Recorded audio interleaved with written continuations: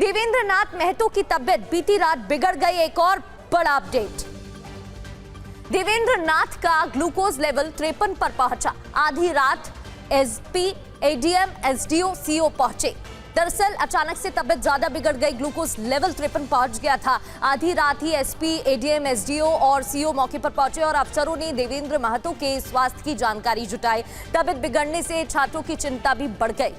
महतो जो अनशन पर बैठे हुए हैं, भूख हड़ताल जारी है, उनकी तबीयत अचानक से बिगड़ गई। डॉक्टर्स निगरानी रख रहे हैं। तबीयत बिगड़ने के बाद प्रशासन की टीम वहां पर पहुंची। इसमें एसपी, एडीएम, एसडीओ और सीओ पहुंचे थे और जानकारी ली स्वास्थ्य को लेकर। अफसरों ने देवेंद्र महतो के स्वास्थ्य को लेकर जानकारी ली है, बात की है। तबीयत बिगड़ने से छात्रों में चिंता भी बढ़ गई। कल रात को भी यहाँ कुछ हलचल हुई, शायद पता है कि नहीं आप लोगों को। एसडीओ वगैरह आए थे और पुलिस इनको उठाना चाहती थी। वो चाहती है कि किसी तरह से आंदोलन बर्बाद करने के लिए। हम सरकार से यही कहना चाहते हैं, आप क्यों इतना चिंता कर रहे हैं? हमारी स्वास्थ्य को लेकर चिंता है, बहुत चिंता है, ये सब बात बोलते। आप सिर्फ और सिर्फ हमारी जो मांग है उसको पूरा कर दीजिए। तो मेरा ये कहना है सरकार को कि एक तरफ आप वार्ता के लिए डेलीगेट्स टीम बुला रहे हैं और दूसरी तरफ आप प्रशासन को चारों तरफ से सीसीटीवी कैमरा लगवा रहे हैं। तो ये बात हम लोगों को समझ में नहीं आ रही है कि आप ये हम लोगों को एक प्रकार से इंडिकेट कर रहे हैं कि ये आंदोलन आप लोगों की लंबी चलेगी। तो भाई कब तक छात्र नौजवानों को आप रोड पर रखना चाहते हैं? आखिर हम लोग को पढ़ने कब दिया जाएगा? यहाँ के छात्र नौजवान कब पढ़ेंगे? घेराव तो कंफर्म है, घेराव तो किया जाएगा। कल टीम बुलाई थी बातचीत करने के लिए, बट अनुशासन दिए और आज फिर से टीम बुलाई है। जाने वाले अनुशासन मिले, क्या मिलेगा? हम लोग चाहते हैं जो भी मांगे हैं छात्रों को जल्द से जल्द पूरा करें, ताकि हम लोग को इतना और समय ना लगे और हम लोग को स्ट्राइक पे रहना।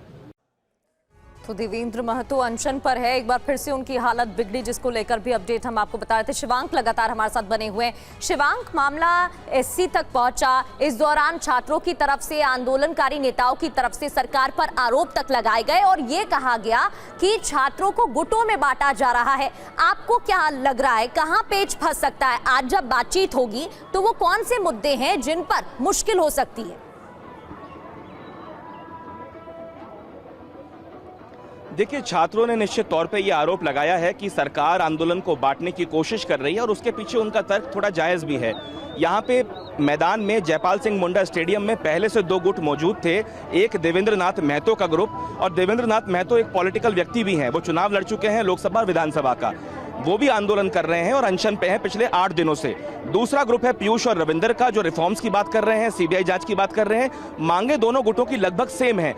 ये मान के चला जा रहा था कि सरकार इन दोनों गुटों से बात करेगी, लेकिन जिस तरीके से इस आंदोलन में आइसा की एंट्री होती है परसों, आइसा के बाद जब कल यहाँ पे बातचीत हुई तो एनएसयूआई के छात्रों को बुला लिया गया। अब हैरानी की बात तो यह है कि एनएसयूआई की जो मेन विंग है कांग्रेस पार्टी, वो खुद सरकार में मौजूद है। दीपिका पांडे सिंह सरकार की मंत्री हैं और कमेटी में शामिल हैं, और एनएसयूआई से सजेशंस भी लेने की बात सामने आई।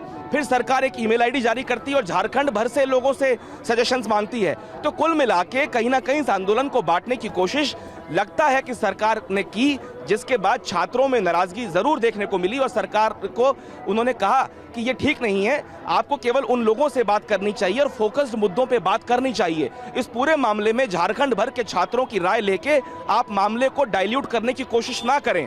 और उसी को लेकर छात्रों ने अपनी नाराजगी भी जाहिर की। और आज जब ये वार्ता होगी तो हो सकता है कि छात्र ये बात मंत्रीगण के सामने रखेंगे।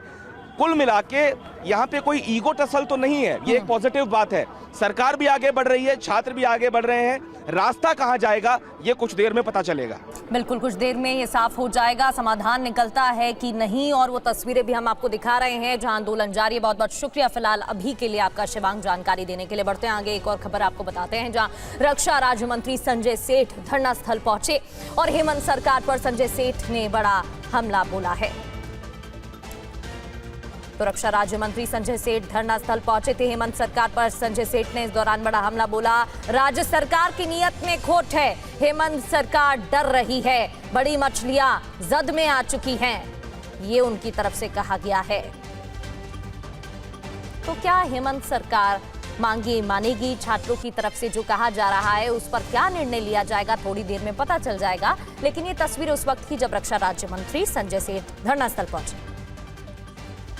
देखो, 16 दिन, आधा महीना बीत गया। राज्य सरकार की नीयत में खोट है। राज्य सरकार दोहरा चरित्र दिखा रही है। अगर राज्य सरकार में नैतिकता होती तो पहले दिन ही मुख्यमंत्री जी को यहाँ आना था, बच्चों को बुलाना था और कहते हाँ चलो बच्चों, हमारे ही बेटी हो तुम, हमारे ही तुम बेटे हो, सीबीआई जांच करा देते हैं। यहाँ पेपर लीक नहीं, यहाँ तो सीट ही बेच दी आपने। 1.5 करोड़ में डीएसपी बन जाओ, 80 लाख में जूनियर इंजीनियर बन जाओ, 20 लाख में सहायक आचार्य बन जाओ, फॉरेस्ट रेंजर बनना 50 लाख दे दो, खुला रेट है।